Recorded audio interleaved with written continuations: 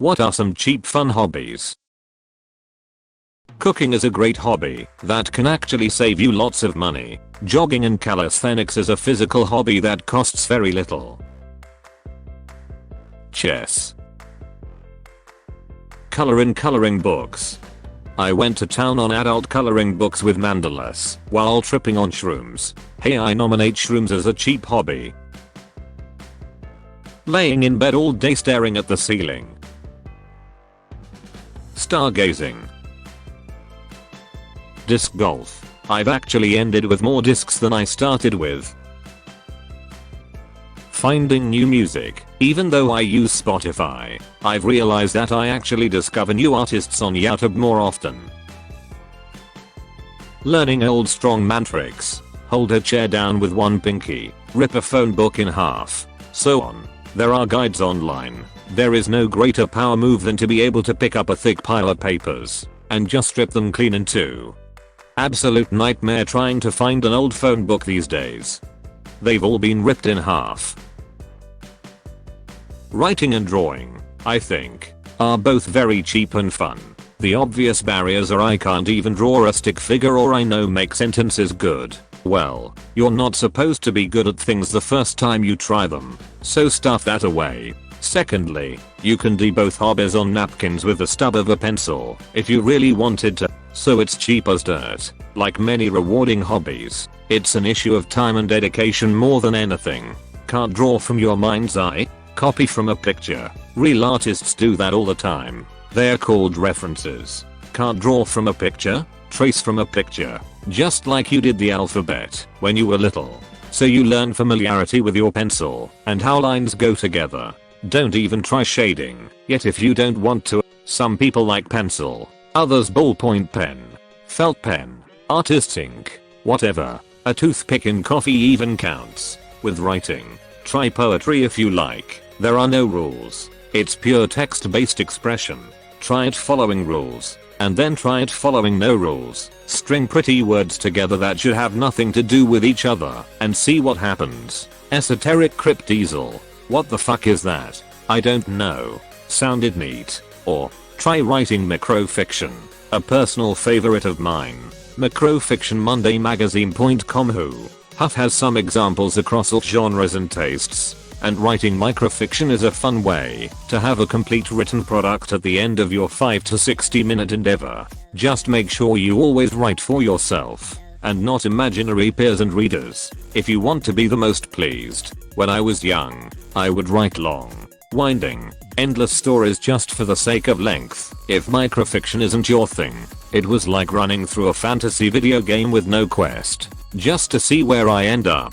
Can you hit 10 pages? 50? 200? The writing was atrocious, but it still took me somewhere, so the magic must have worked. I hope this text wall helped. I'm not great at either hobby, but even professionals feel like imposters, or like they still have so much to learn, or they're not good enough, etc. There's not really a skill ceiling, and the skill floor is lower than you think. Like most anything on this list, it helps if you put aside preconceptions of the hobby and just try it with an open mind.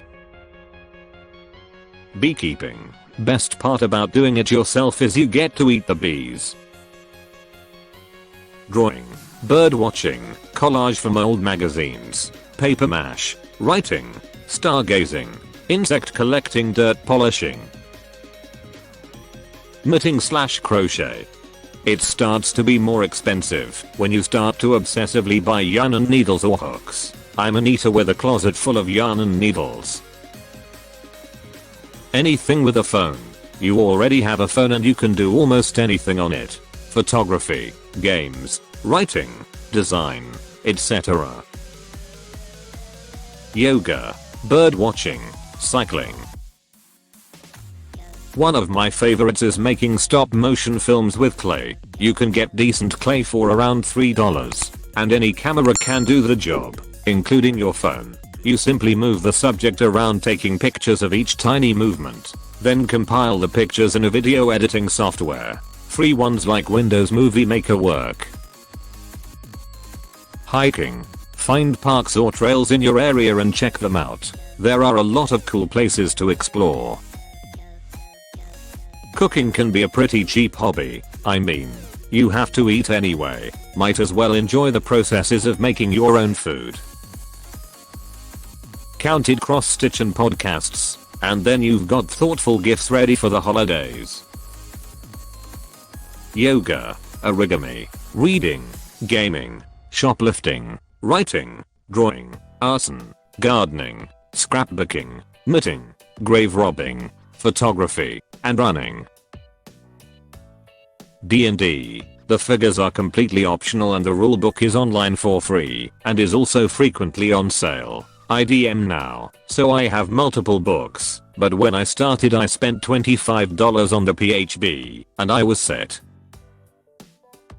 Opening an Instagram account that focuses on a very specific subject, then only posting pics if that subject. For example, interesting building facades in your city, or abandoned umbrellas, or people wearing purple. Whatever interests you, it becomes a fun scavenger hunt for you, gives an excuse to go on long aimless walks, and develops a unique little collection that doesn't take up room or cost money. Running. Especially now, you can literally keep your distance from people and better yourself at the same time. And not a bad idea to build up that cardio in case shit starts truly popping off. I'd rather be fit during dark times than fat. You'll likely live longer. Wood carving. Piece of wood. Your favorite knife. Engage. Nature observation and journaling. Go hang out in the same spot at the same time for the same duration. Once a week. Document what you observe. Then contemplate it. Doesn't cost a thing. Is educational and relaxing. And will give you a bigger appreciation of Jaya. Writing. You don't need much to do it. And the more you write, the better you get at it. Dungeons and Dragons. All the resources you need can be found online. The only thing you really need is a few people to play with and a set of dice which are less than $10. Now that everyone is quarantined, we play using voice chat and it works surprisingly well. Making little friendship bracelets. You can get a ton of embroidery thread for like $5 and you can make all kinds of colors. Programming. Geocaching. Basically a highly tech treasure hunt. You use the GPS on your phone to find hidden caches. No real treasures to take. Frequently a logbook to sign. Sometimes a take one/leave one sheep toys. Perfect for getting out but staying isolated. Geocaching.com. You'll be surprised how many caches there are close by. Detailing your car. Zentangling. Very relaxing. You only really need a piece of paper and a pen. Cries in Magic the Gathering. Puzzles. Proper yo-yoing. Not the ones that go down then straight up. It takes time to master tricks, but once you string those tricks together it looks really impressive. Bouncing a ball against a wall. I don't know why, but I can do that for hours and it's extremely simple. Cross-stitching. Origami. Photography. Even a smartphone is enough to capture some great memories. Journaling.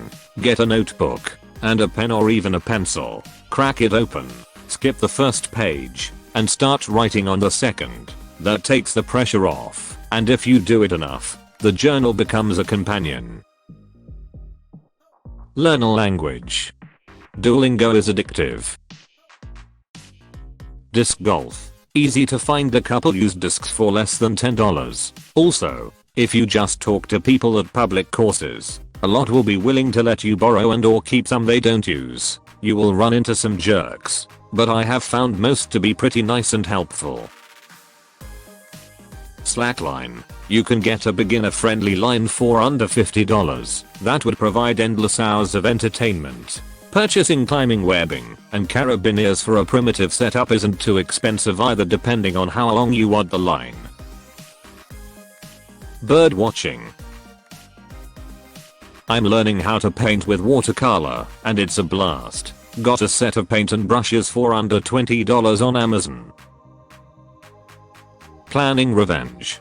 costs nothing, brings great joy. Climbing's pretty cheap. The gear costs around $100-200 total. There's a huge amount of variability there. Bouldering with shoes or barefoot and a chalk bag is cheap. A full big wall setup is a very different story. Walking.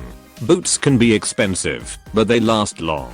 And also if you want more than that, you can get waterproof socks which are cheap.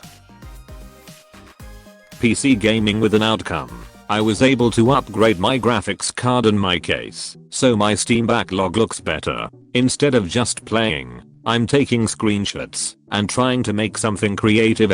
Turn screenshots into a comic. Start making your own YouTube content for fun. Immersive games I play: Skyrim, Elite, Dangerous and Kenshi. Start creative writing. Read short stories. See what makes them tick. Look at YouTube videos on writing. Start writing either physically or on your device/PC. Tons of subreddits to find inspiration. Create your own TV show/movie. Write a screenplay for the movie you would pay money to see. Maybe adapt a comic book that hasn't been done yet. Create a TV show with a Bible, sizzle reel, maybe a few episodes and a story arc. It may not get made as the industry isn't open to outsiders, but at least you created something. Cardistry. Use a pack of cards to learn how to do flourishes and clever shuffles. Look at YouTube for the Verts Singapore-based cardists and Dan and Dave. Improve your handwriting. There are subreddits that give hints on how to improve and also recommend pen/fountain pens. Podcast. Record yourself and put it online or listen to someone else's. I recommend Behind the Bastards, Mission to Zykes, Ground Zero with Clyde Lewis Conspiracy, Higher Side Chats, anything from Art Bell and Coast to Coast Conspiracy, UFO and Paranormal, Reading. Find a list of books to read before this and read something you have not read before. Look up a book you like on Goodreads and see recommendations. Astronomy, as it's not so cold outside. Maybe look up at the sky. You don't necessarily need a telescope or binoculars. There are astronomy sky map apps to guide you. Maybe even try and memorize the main constellations and try to draw them and remember the star names.